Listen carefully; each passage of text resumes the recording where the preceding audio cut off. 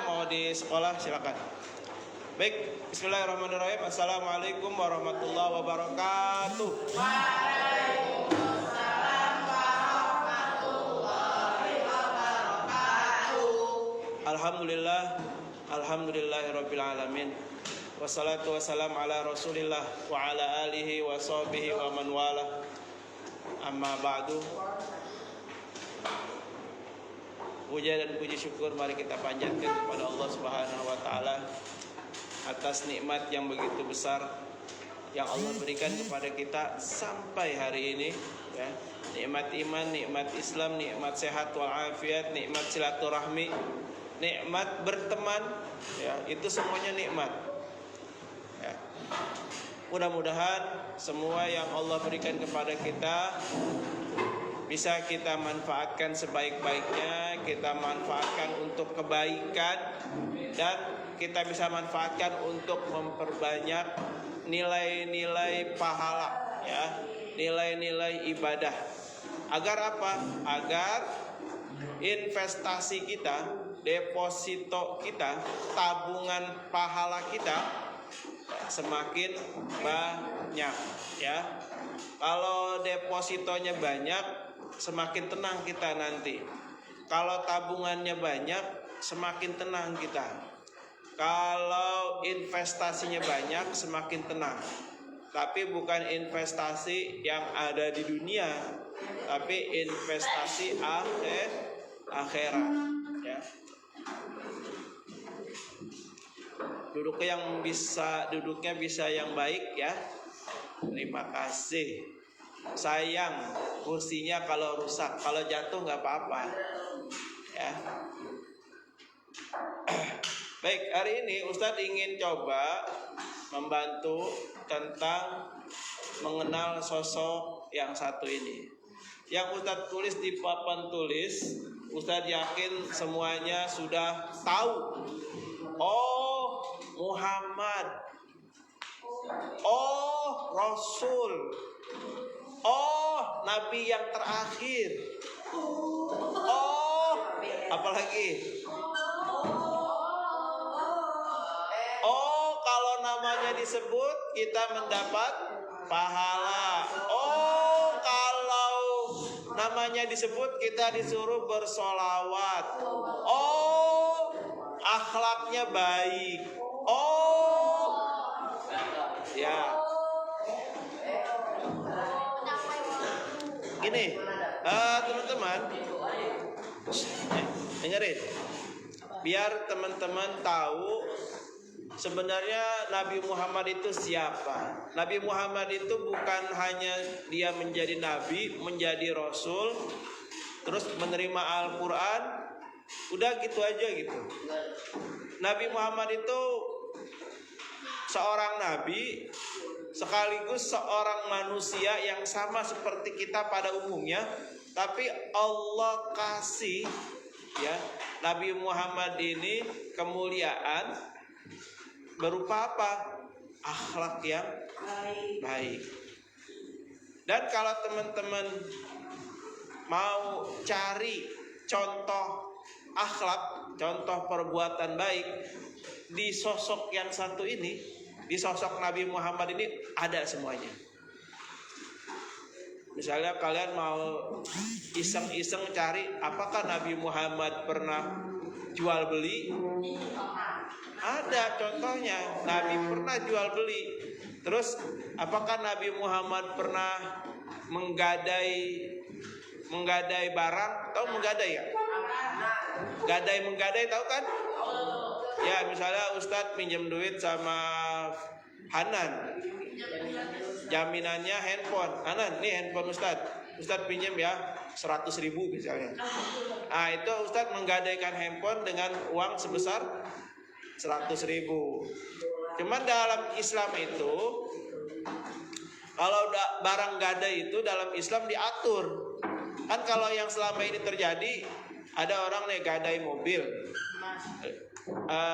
Mobil dipakai buat ke Ancol, buat ke Taman Safari, buat ke Ragunan.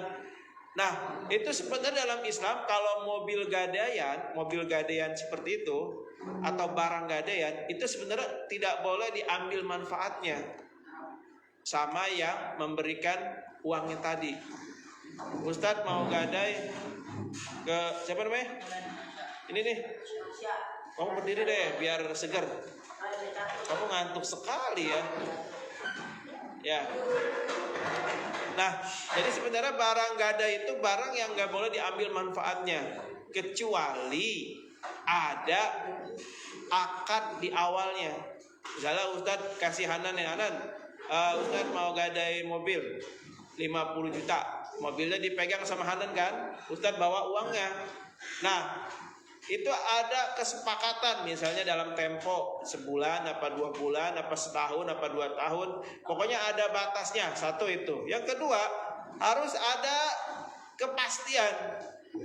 Si Hanan bilang, Ustadz mobilnya nanti selama sama saya boleh dipakai nggak? Nah itu harus jelas tuh akad itu.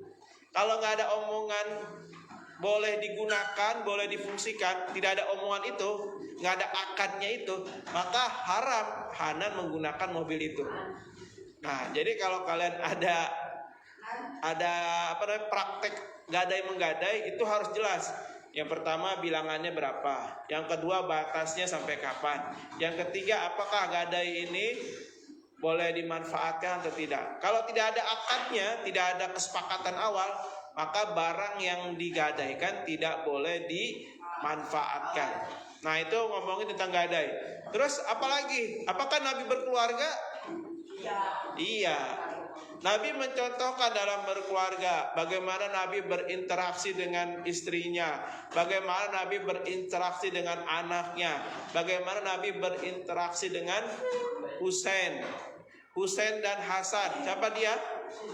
Hasan dan Husain itu siapanya Nabi? Cucu.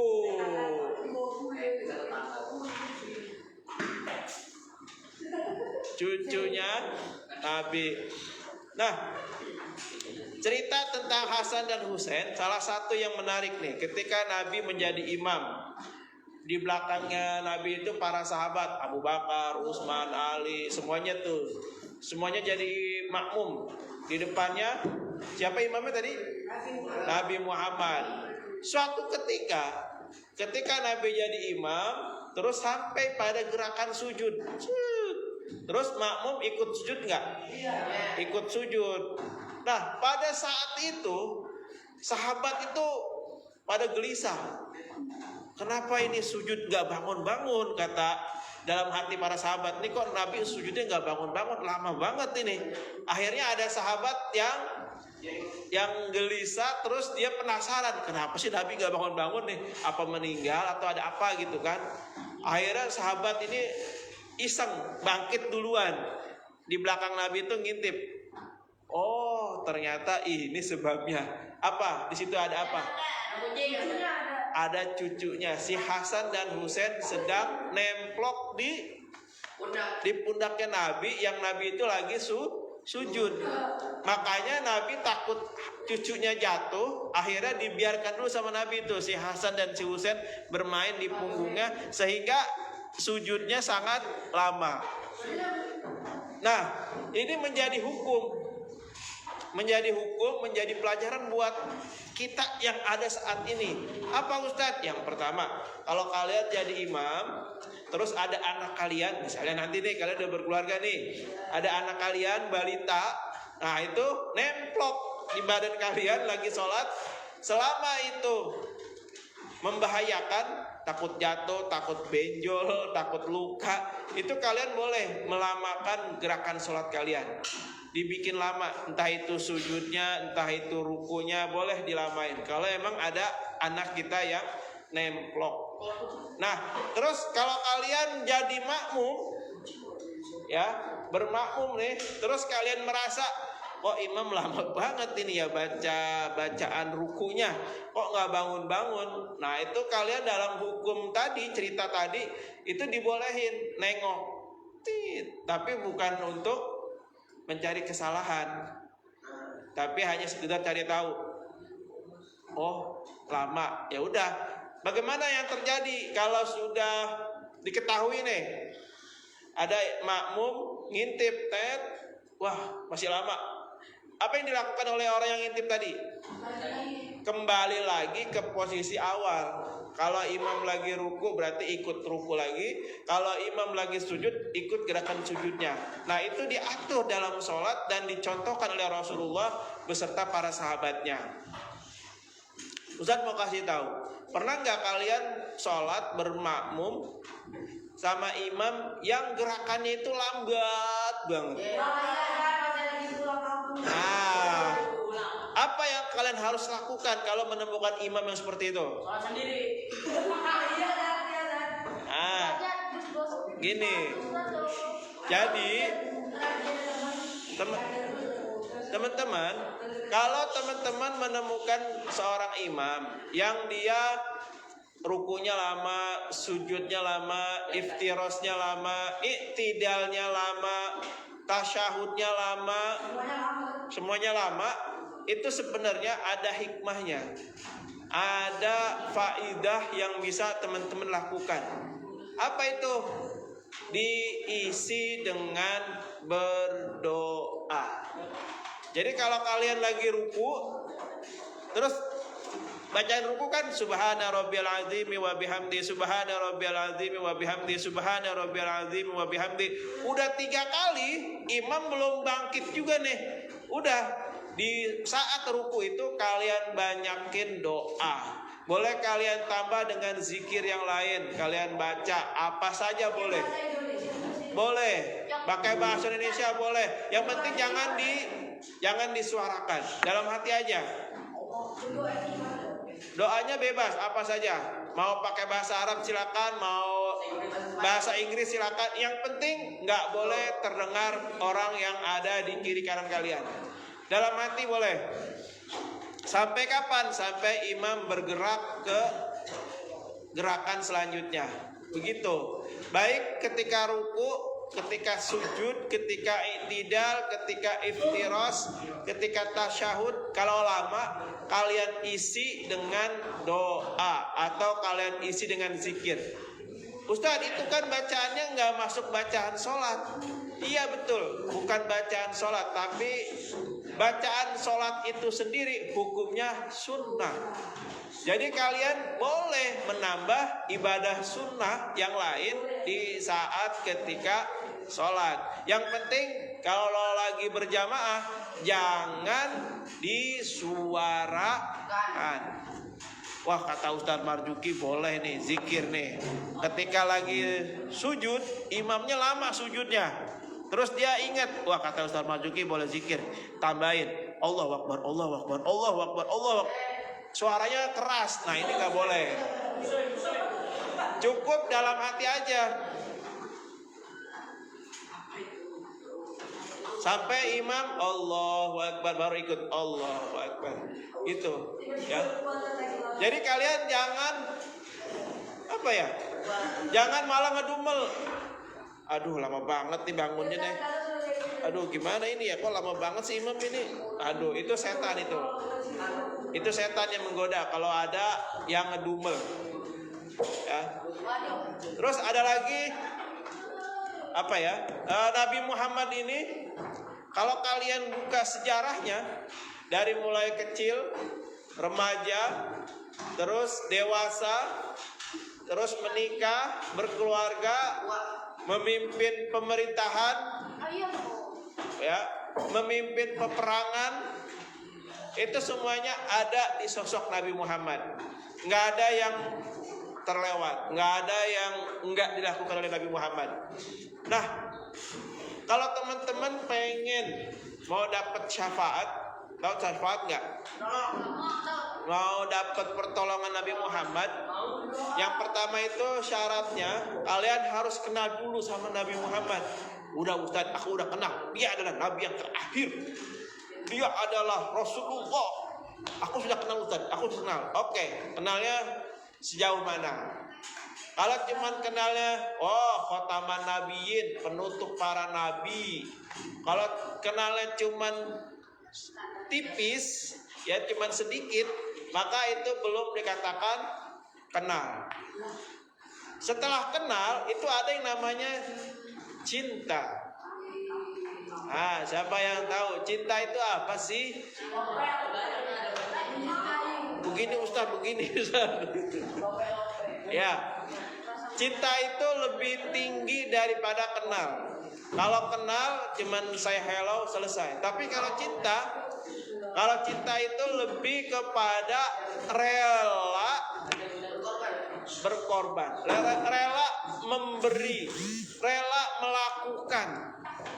Kalau sudah cinta apa saja dilakuin. Kalau sudah cinta apa saja diberikan. Kalau sudah cinta apa aja dikerjakan. Itu namanya cinta. Nah, apa buktinya kita cinta sama Nabi Muhammad? Yang pertama, kalau hari Kamis kita puasa sunnah. Kalau pagi kita biasakan sholat duha. Kita biasakan infak, bersolawat. Apalagi? Sedekah, infak sama ya. Apalagi? Bagi-bagi sembako. Banyak. Membantu orang. Jadi kalau kita cinta sama Nabi Muhammad, maka kita akan mengikuti jejaknya beliau. Kita akan meniru bagaimana beliau bergerak seperti apa. Nih, kalau teman-teman lihat, Ustadz itu kalau pakai cincin, nih, ya ada dua. Kadang Ustadz cuma pakai yang ini saja, kadang tambah yang ini. Nah, Kenapa Ustadz pakai di kelingking?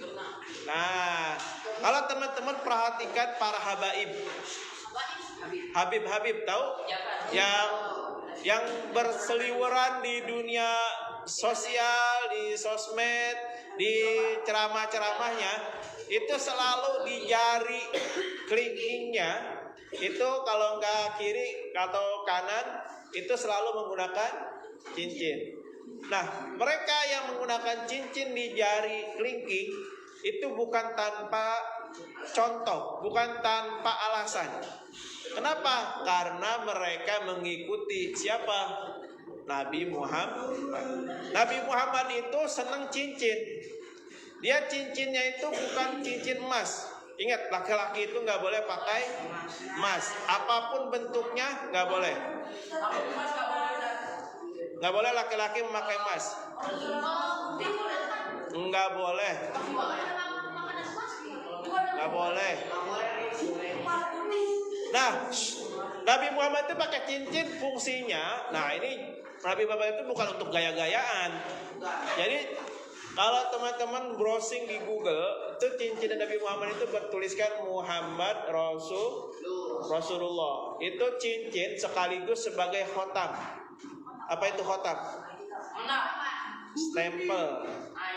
Stempel. Jadi Nabi Muhammad itu pakai cincin sekaligus berfungsi sebagai stempel beliau. Kalau ada kirim surat, kalau mau ada yang ditandatangani, itu Nabi Muhammad tinggal buka khotamnya, ditempelin di cat atau di air warna, dijiplakan ininya. Ya. Jadi kalau kalian melihat orang yang memakai cincin seperti Ustadz di tangan kiri, itu ada contohnya. Jadi bukan asal-asalan, tapi tafa'ulan, mengikuti Nabi Muhammad, mengikuti para habaib. Ya, nggak boleh, itu berlebihan. Wala tusrifu, ya, jangan berlebih-lebihan. Ya, nah,